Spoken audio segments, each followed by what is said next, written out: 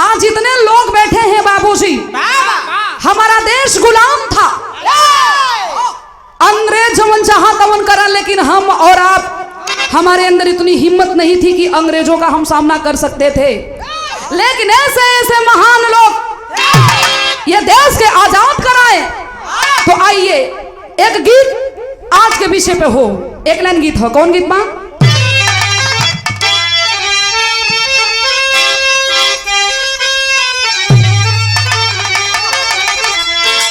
ये तरज के नमूना बा। कौनो लड़का कोनो लड़की में बड़ा प्यार रहल, लड़की के बियाह हो गई, लड़का बड़ा परेशान बा, कलश की जा जा जवन कैलू तवन ठीके कैलू, लेकिन हमरे ओर से इस दिल से तोहे आशीर्वाद देती, धन्यवाद देती, जहां रहा खूब खुश रहा। वो कहे का कहे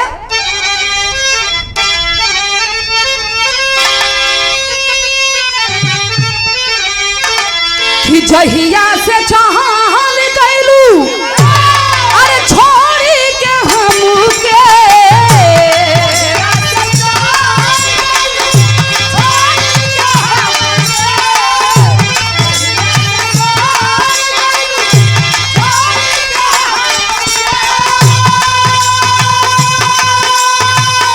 जहिया से चाहल कैलू, छोड़ी के हमके, जिंदगी भइल सुनसान हो, जागे चंदा भेलवा खबरिया, जागे चंदा भेलवा खबरिया, कैसन बारी हमर जान ए चंदा।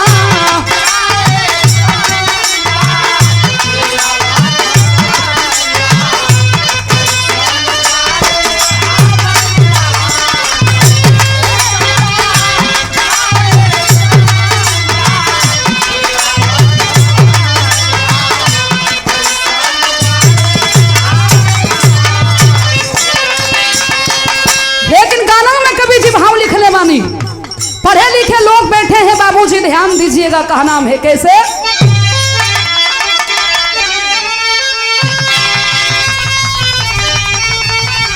अरे दुनिया में सुरमई पावन हमारो वतनवा,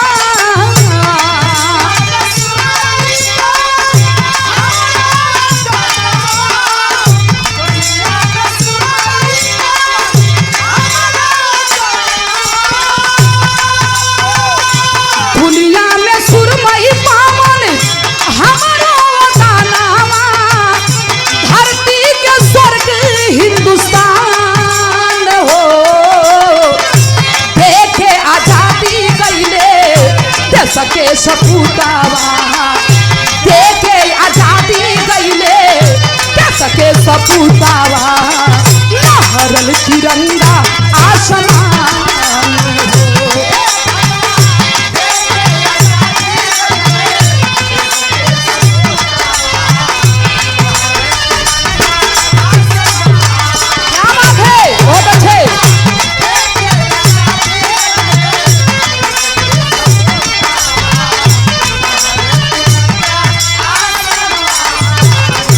ये कार्यक्रम के आयोजक जिनके देख रेख में ये कार्यक्रम चल रहा है बाबूजी, ऐसे लोग समाज में बहुत कम होते हैं। अपने लिए तो सब जिएला, अपन बेटा बेटी के बियाह, जन्मदिन तमाम लोग कराते हैं, लेकिन बाहरी रामचंद्र जी आपने इतना बड़ा काम किया और आजादी के प्रति इतना आपके दिल में भाव है। 500 रुपया पुरस्कार देके आपने हौसला बढ़ाया। मैं चरणों में नमन कर रही हूँ, सब भैया लोगों के प्राम बा। कहती है कैसे,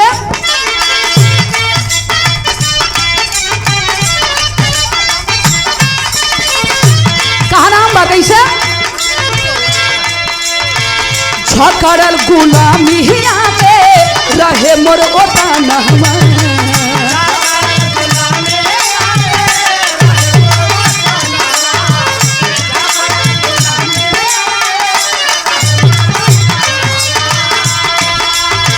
देश में आजादी खातिर छिड़ल आंदोलन हमार,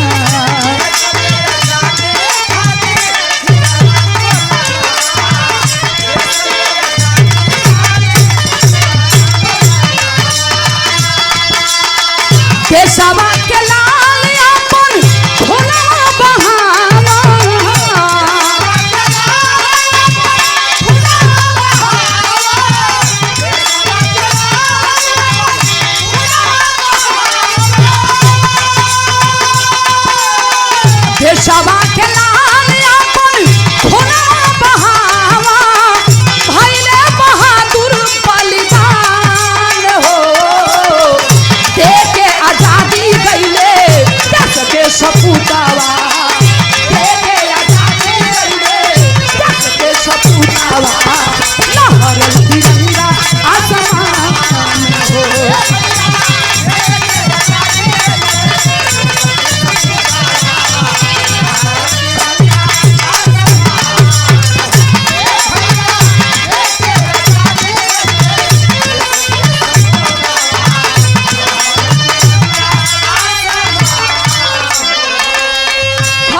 बाबूजी बारे हमारे हिंदुस्तान के लोग। हेलो ऊपर वाला भैया दबत है देखा, इसको थोड़ा और बढ़ाइए। कहा नाम बा कैसे?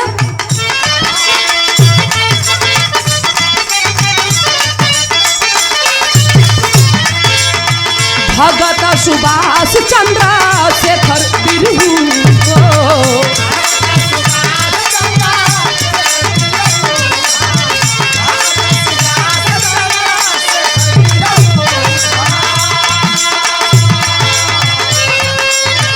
भगत सुभाष चंद्र शेखर उधम वीर हो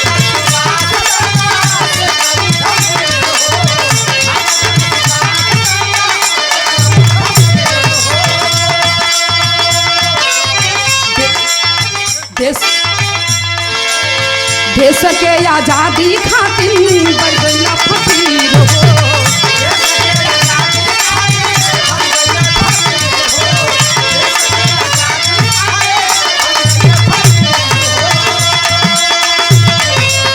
गुजल पंद्र मात्र बिनका लबवाला कनमा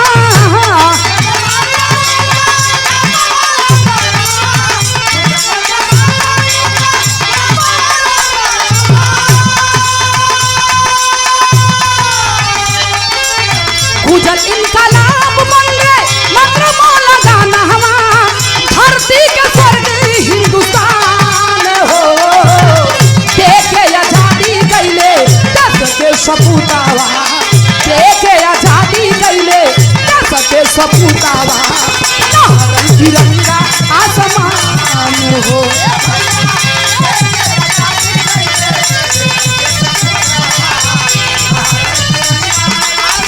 क्या बात है, बहुत अच्छे।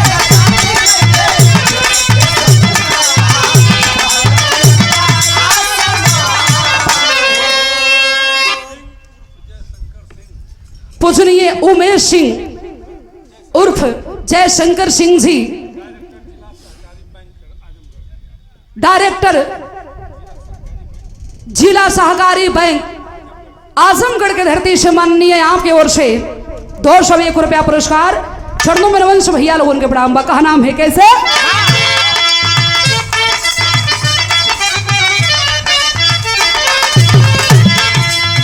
बड़ी मुश्किल से टूटल देश के गुलामिया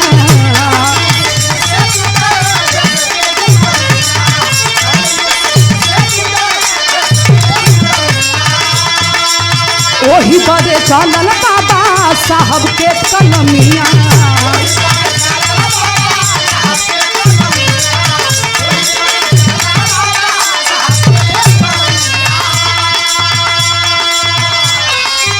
छोड़ हमर देश गइले जालिम दुश्मनवा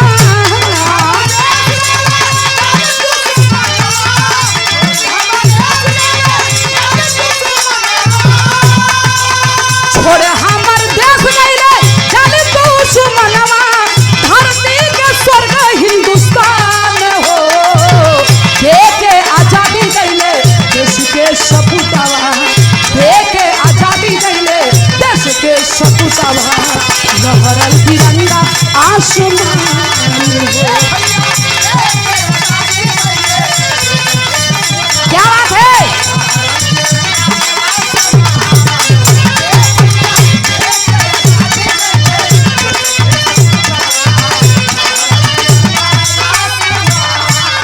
और हम लोगों के बीच में थोड़ा सा विलंब हुआ, चूंकि कल रात से ही होली की रिकॉर्डिंग शुरू थी और बिरहा सम्राट फिल्म अभिनेता, पिछली सरकार में पूर्व राज्य मंत्री दर्जा प्राप्त माननीय विजयलाल यादव जी, उनकी पूरी टीम मैं नमन कर रही हूं। एक बार जोरदार ताली बजा के आप स्वागत करेंगे।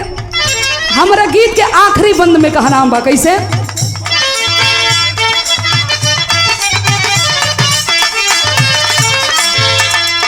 बाबू सुभाष यही देश के करनवा,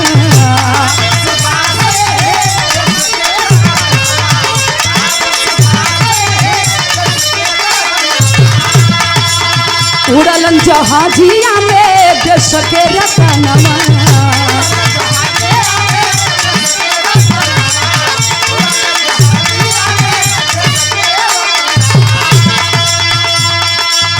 जाके जापान में अपन जिंदगी गवले,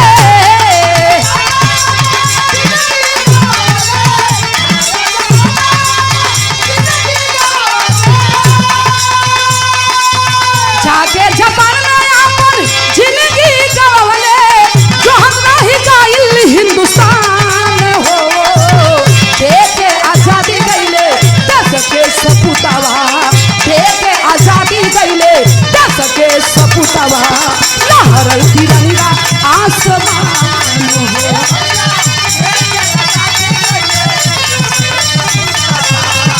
क्या बात है?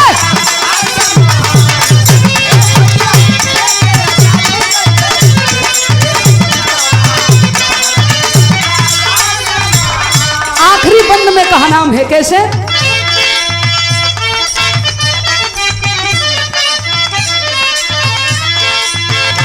पतुबीर शहीदन के सत सत नमन बा,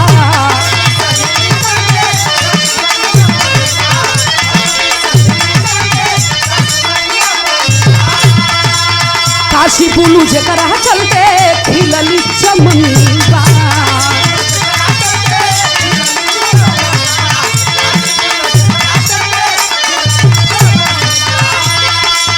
रजनी मनोहर ना भोली कृतिया,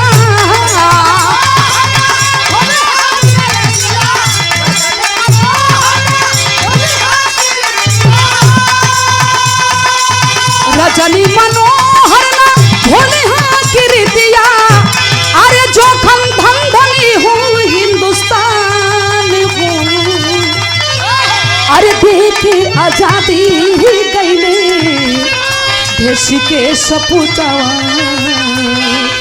अरे देके आजादी गईले देश के सपूतवा, लहरल तिरंगा आसमान हो।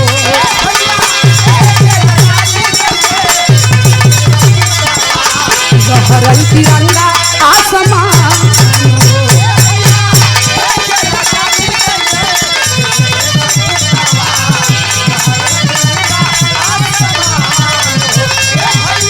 देके आजादी गईले देश के सपूतवा, हर लहरल तिरंगा आसमान हो।